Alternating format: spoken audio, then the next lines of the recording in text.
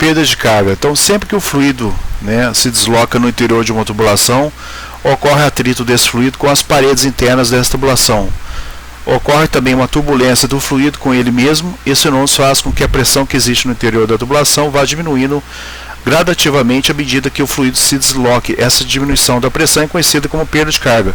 Então ela ocorre devido a essa rugosidade da parede também e devido à própria viscosidade do fluido, com que faz com que ocorra perdas do escoamento, né? Então a perda de carga é uma função complexa de diversos elementos, né? Então ela depende da rugosidade do conduto, da viscosidade mais específica do líquido, da velocidade de escoamento, do grau de turbulência, né? E do comprimento percorrido, né? Esqueceram também do diâmetro também da tubulação, tá? Não só do comprimento, também falta aqui o diâmetro.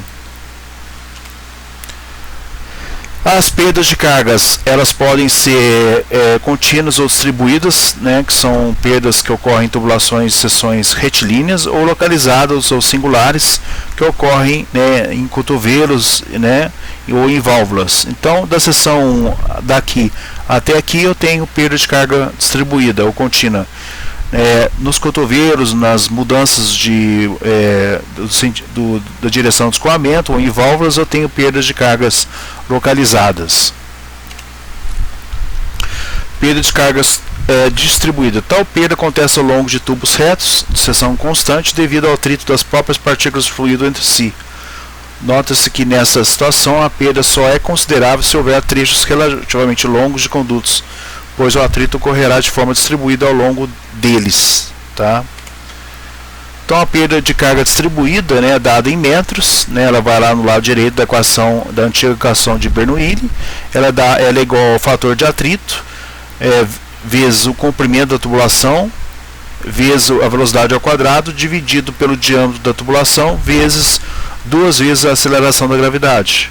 Esse fator de atrito, né, a gente vai ver que depende do regime de escoamento. Se o escoamento for laminar, F é igual a 64 por Reynolds e não depende da rugosidade do conduto, da tubulação. Se o escoamento for turbulento, tá, o fator de atrito depende da rugosidade epsilon dividido pelo diâmetro, que é a minha rugosidade relativa, e também do número de Reynolds, tá?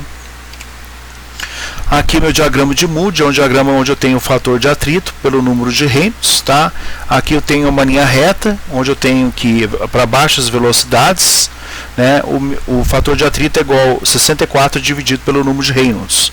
Então, se eu tenho valores de escoamento com velocidades maiores, né, então eu tenho que calcular a minha rugosidade relativa, né, que é a minha rugosidade epsilon média, dividido pelo diâmetro da tubulação ou do conduto, achar qual linha que eu tive essa relação, né, verificar qual é o número de Reynolds e eu tiro o fator de atrito. Ou eu faço utilizando esse diagrama, ou utilizo fórmulas desse tipo, onde aqui nesse caso eu tenho o fator de atrito explícito. Algumas fórmulas são implícitas, né? Eu tenho tanto fator de atrito do lado esquerdo do lado direito, logo eu preciso partir para um método interativo utilizando um código computacional para calcular o F, né? Aqui a rugosidade absoluta, né, em milímetros para diversos materiais, tá? Para calcular a rugosidade relativa. Né, perda de carga localizada. As perdas de carga localizadas acontecem em locais das instalações em que o fluido sofre perturbações bruscas no seu escoamento. Podem, contudo, ser grandes em trechos relativamente curtos da instalação, como por exemplo em válvulas, mudanças de direção, alargamentos bruscos, obstruções parciais, etc. Daí o nome perda de carga localizada em uma tubulação.